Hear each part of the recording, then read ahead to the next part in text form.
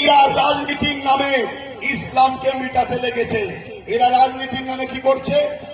জোরে বলুন, জোরে বলুন। ইসলামকে মিটাতে লেগেছে। এখন আমি প্রত্যেকটা যুবককে জিজ্ঞেস করছি, তোমার কাছে দুনিয়ার পেটটা আগে হয়ে গেছে না ইসলাম আগে? তোমার কাছে দুমুঠো খাওয়া আগে না ইসলাম আগে?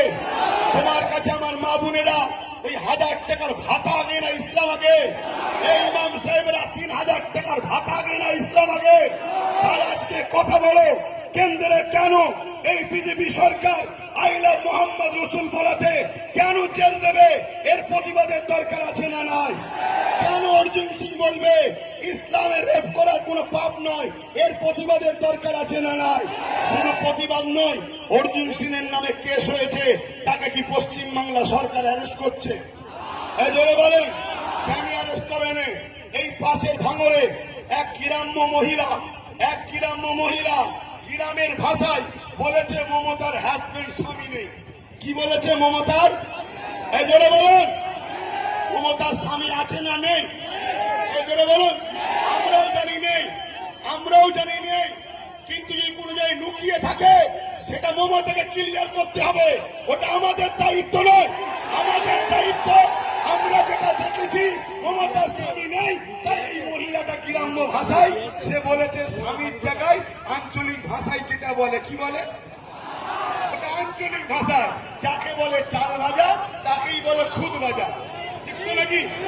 কেউ বলে পিড়ে, আর একটা কি ভাষা বলে জানো?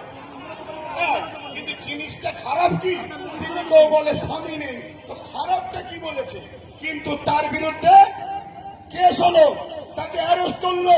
আর এখানে ইসলামের বিরুদ্ধে, আল্লাহর বিরুদ্ধে এত বড় কথা বলেছে। কি কথা? ইসলামে নাকি রেপ করা পাপ নয়। সেই অর্জুন সিং কি অ্যারেস্ট হচ্ছে? কেন হয়নি? কেন হয়নি?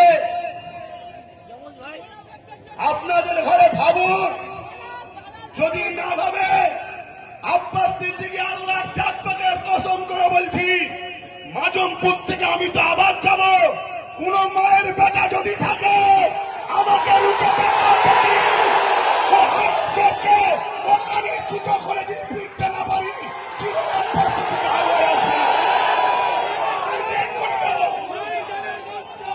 বুঝছেন না? বোঝেন না? দাদাগিরি নিচ্ছ, দাদাগিরি। যদি পারিস জানে মেরে দিস, আলাদা কথা। জান যতদিন আল্লাহ রেখেছে, কোন ইসলাম বিরোধী, কোন সন্ত্রাসকে, কোন জালিমকে ইসলাম ইজাজত দেয়নি, ইসলাম প্রশ্রয় দেয়।